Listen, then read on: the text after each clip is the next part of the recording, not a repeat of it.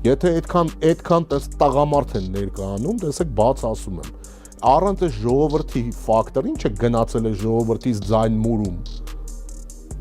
Այդ որ օրվանից եք տենց շատ եք տենց ժողովրդավարական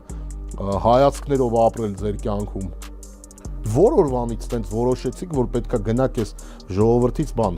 ձայներ մուրակ։ Դե գնացեք այդ հարցը այն ձևերով լուծեք, որը կարողանում եք առանց այս ժողովրդի։ Եթե կարաք, եթե այդքան տղամարդկությունները ներում է։ Եթե չէ, առանց Ղարաբաղի գալիս եք իշխանության այդ կովի կաթի գինը, չգիտեմ թրիփի բանը, այնտեղ փողը մի քիչ շատ, ճանապարհի լենքը մի քիչ, սրանք մասնակցեն, նրանք ժողովուրդ Ղարաբաղով ինչ ենք անելու։ Որն է մեր ստրատեգիան։ Իսկ ստրատեգիան ընդհանրապես շատ պարզ բան է, չէ՞։